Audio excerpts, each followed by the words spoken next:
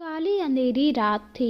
बिजली के गड़गड़ाहट की आवाज़ आसमान में साफ सुनाई दे रही थी। इतना अंधेरा था मानो आज कोई भयानक चीज़ होने वाली हो।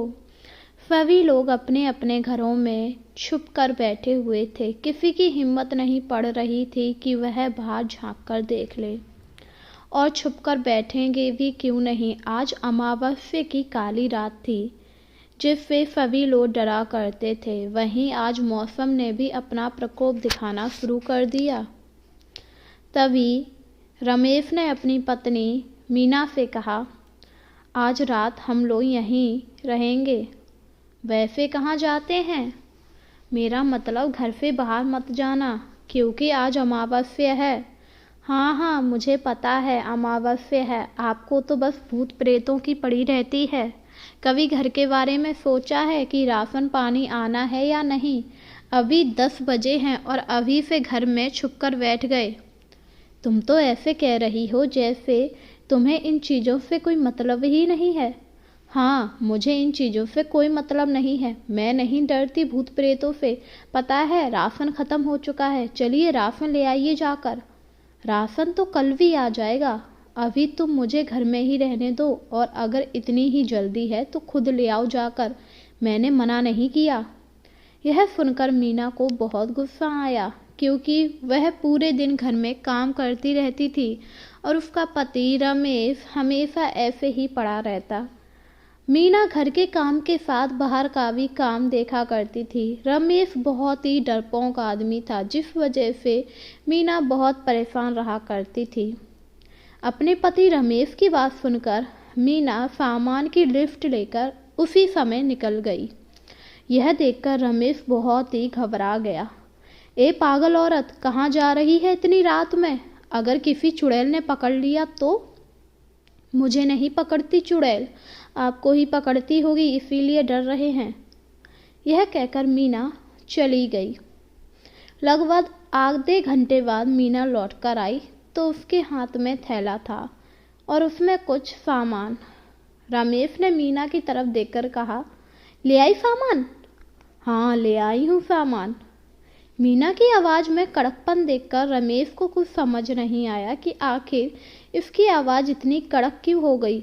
उसने सोचा शायद गुस्से में है, इसलिए मीना ऐसे बात कर रही। अगली सुबह जब रमेश उठा तो उसने देखा मीना अभी भी सो रही थी। ये देखकर रमेश काफ़ी हैरान हुआ, क्योंकि वैसे तो मीना रोजाना सुबह जल्दी उठकर घर का सारा काम कर लिया करती थी, पर आज 7 बज चुके पर मीना अभी तक सो रही थी। इस पर रमेश ने मीना को उठाया और कहा, अरे मीना उठ, 7 बज गए हैं, क्या सोती ही रहेगी? पर मीना ने कोई जवाब नहीं दिया, जिससे रमेश हैरान हुआ।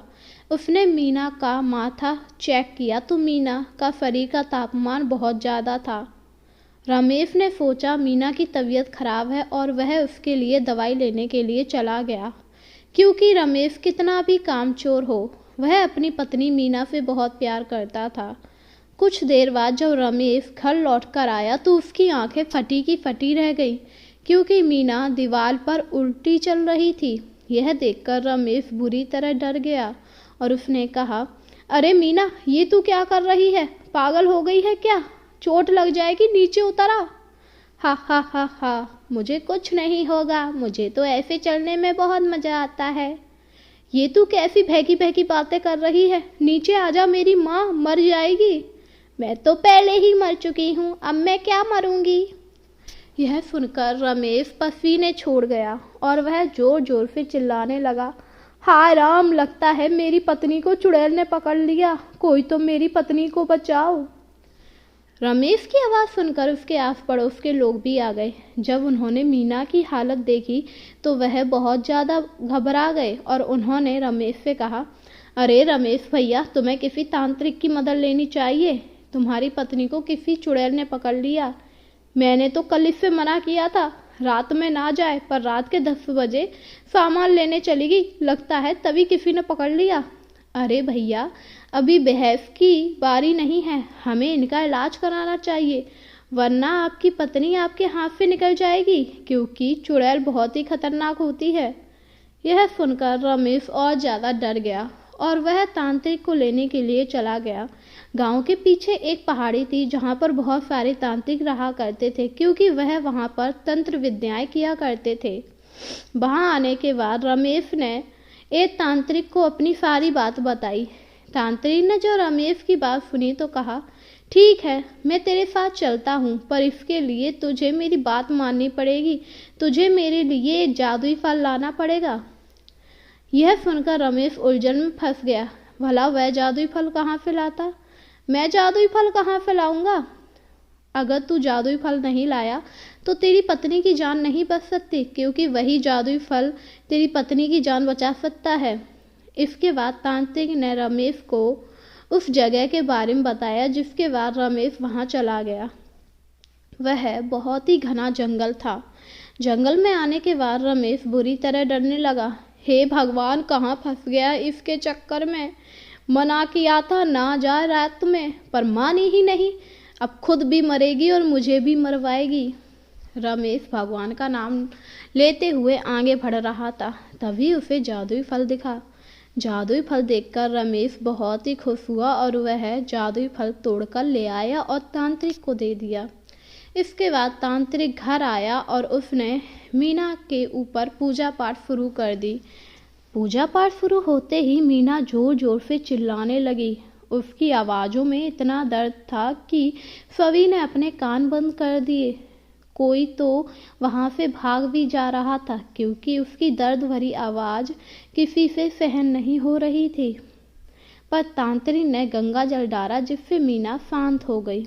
इसके बाद तांत्रिक ने उसके शरीर से चुड़ैल को अलग किया और मीना से कहा, ये तुम जल्दी से फल खा लो, जिससे चुड़ैल तुम्हारे शरीर में प्रवेश नहीं कर पाएगी। यह सुनकर मीना ने जल्दी से जादुई फल खा लिया।